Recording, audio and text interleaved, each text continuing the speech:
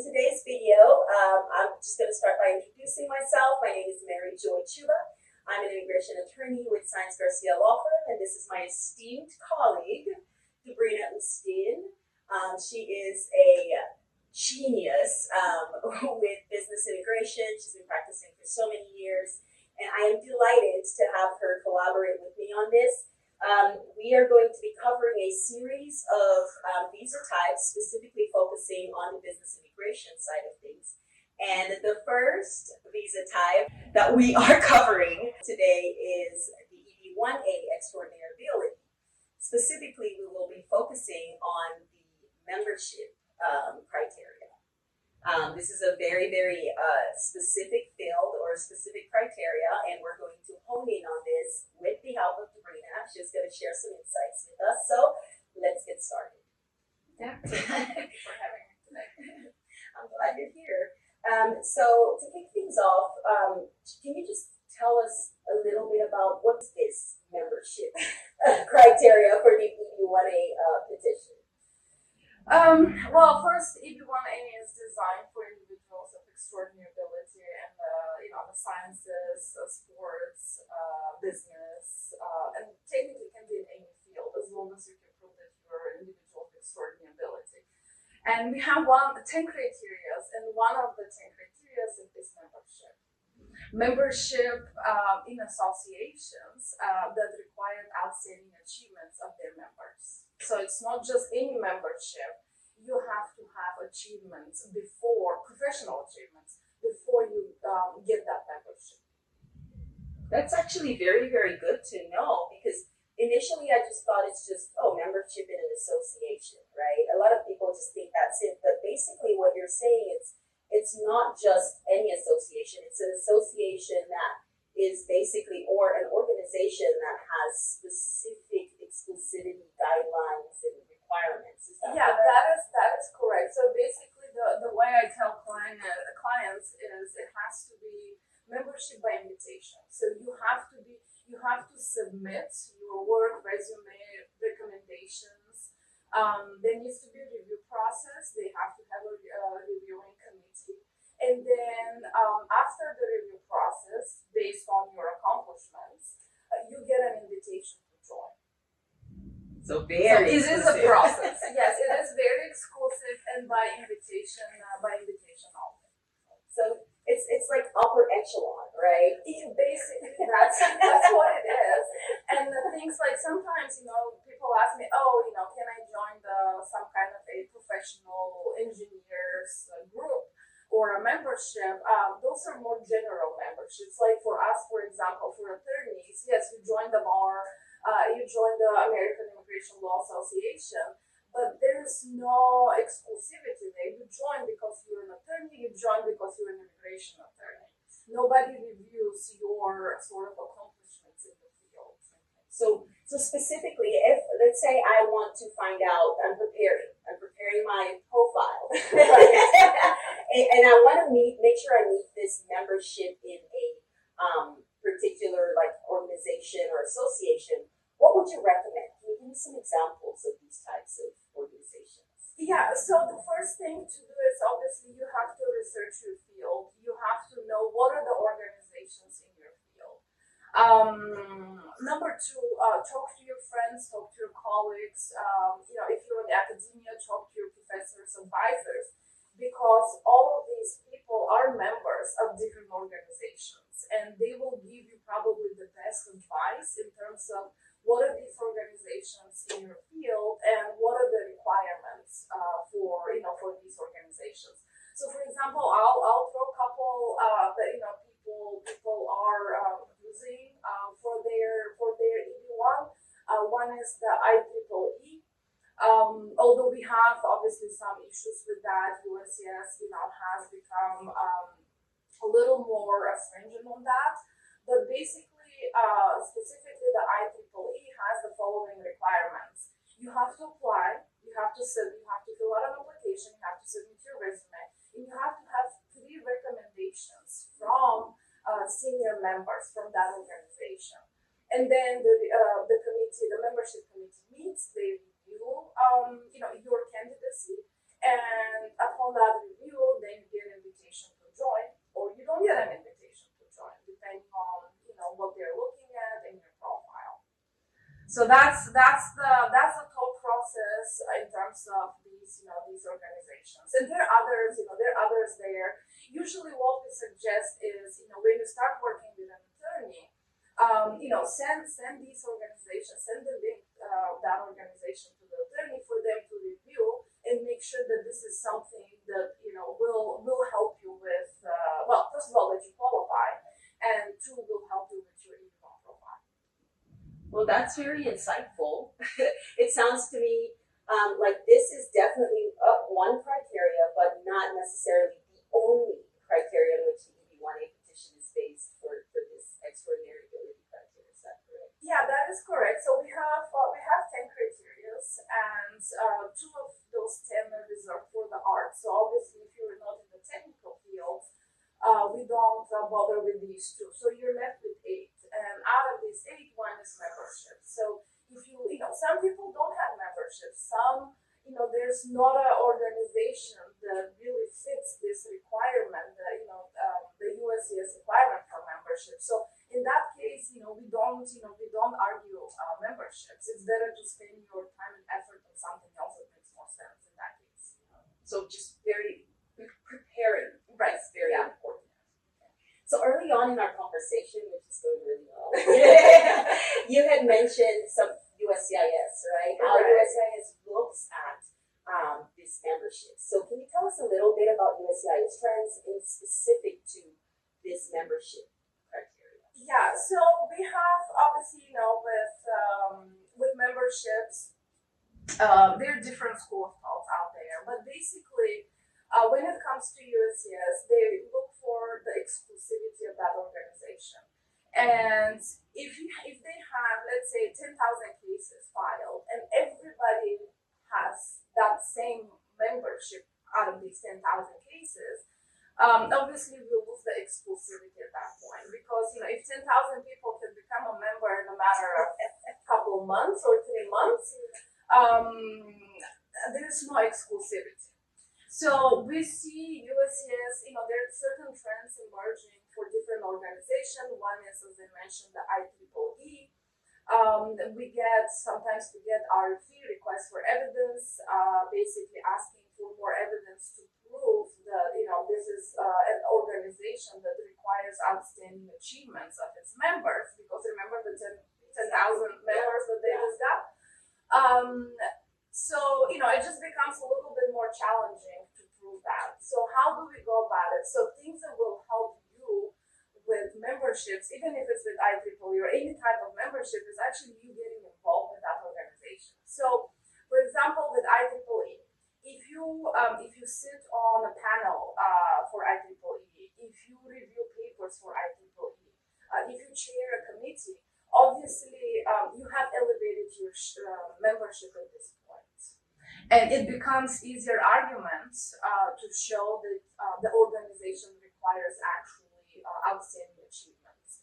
Because to get to be a chair in a committee, they have separate requirements. And this is not only for IEEE. For any organization that you remember, don't just get the certificate and say, okay, I'm ready for EB-1, but rather get involved. Because there are other benefits.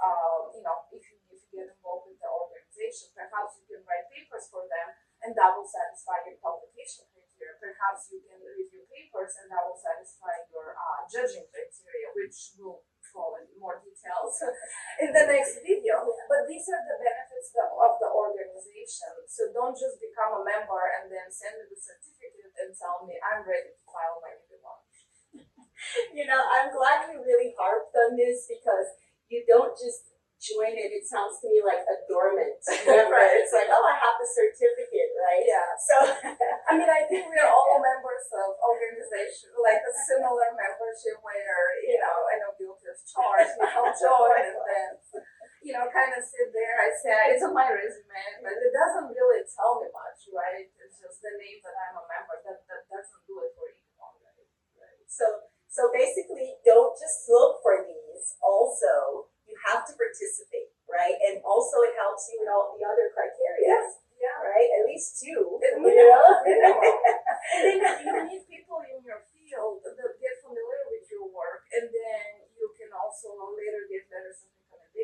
it's a whole Yeah. cycle. It's holistic, Yeah.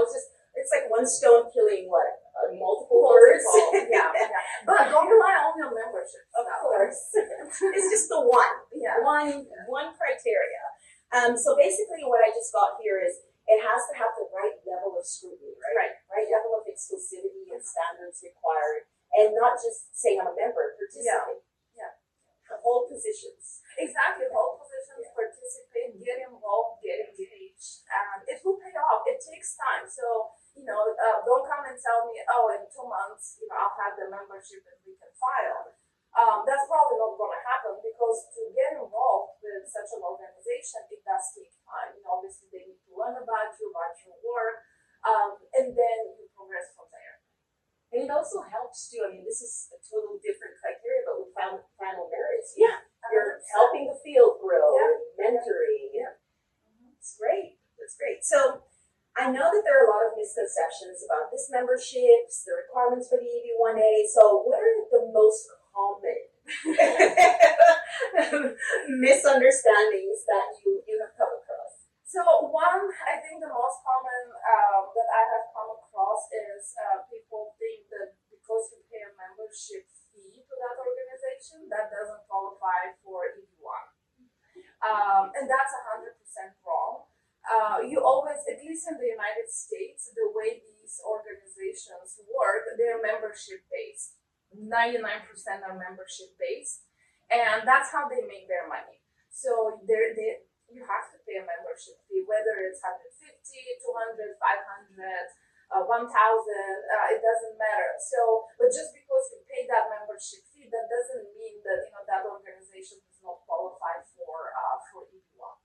So that's not a criteria. You have to pay that membership fee. So a lot of people think that, Yeah. right? It's like, no, I shouldn't have to pay to play, right? To be part Right. of I this. mean, yeah, and that's the business model of 100% of the nonprofits in the United States. Most of them are membership driven. So in order for you to get some benefit, obviously, or even for them to just process your membership application, you do have to pay some kind of a fee. And obviously, some charge $50, some charge 100, some 150, some more. It just depends on the organization, what they're gonna provide, for within the organization.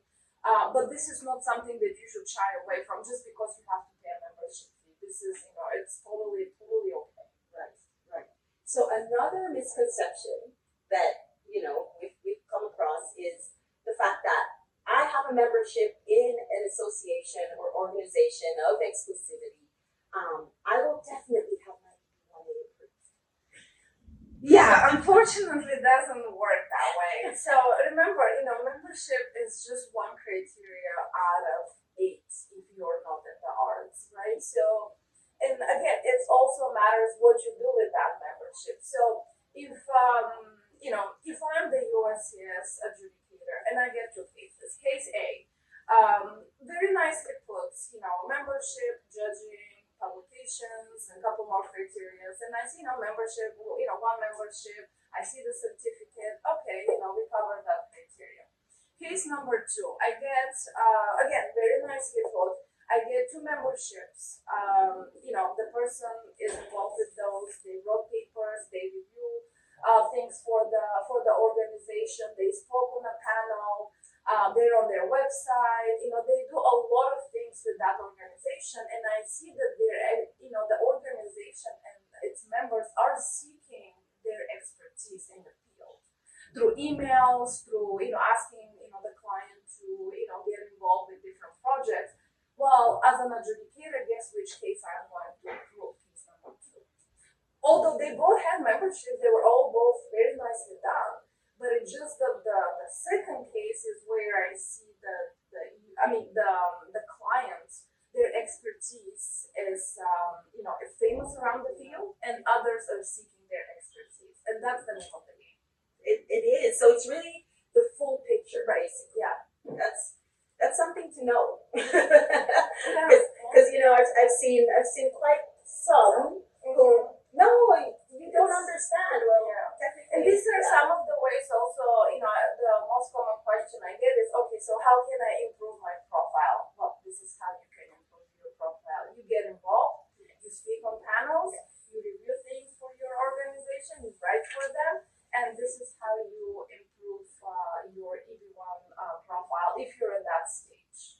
That's actually really, really good to know, right? Thank you for pointing that out because you want to stand out, Right. right? Yeah. Your extraordinary ability and Mhm. not just one of the 100 members that Right, have yeah. certificates. Yeah, because remember, I mean, we're all members of organizations, but that doesn't make me extraordinary. You know, I have all the certificates on the wall. It looks really nice, but that's about it. I think that's one thing I like about this field, right? It's you get all these people who think they're qualified, Yeah. right? Yeah. But it's important that we have this information out there so that the things that aren't published, that aren't common knowledge, right, Right, are made Mhm. known, and we can prepare, Yeah, right? yeah, and you can look at trends with USCS. So there's always thing, going on. So if you see, let's say, for we file 50 cases and 25 of those, get a RFE on a specific organization or membership. Well, that's a trend. So we look at, we look at and analyze these trends so that we can, further, help the client to navigate with it, especially with that criteria. At least builds towards having a strong case. Yeah. So this was very insightful. It clears up a lot of misconceptions about the membership requirement. While we all know that this is an important criteria, it's not the only criteria.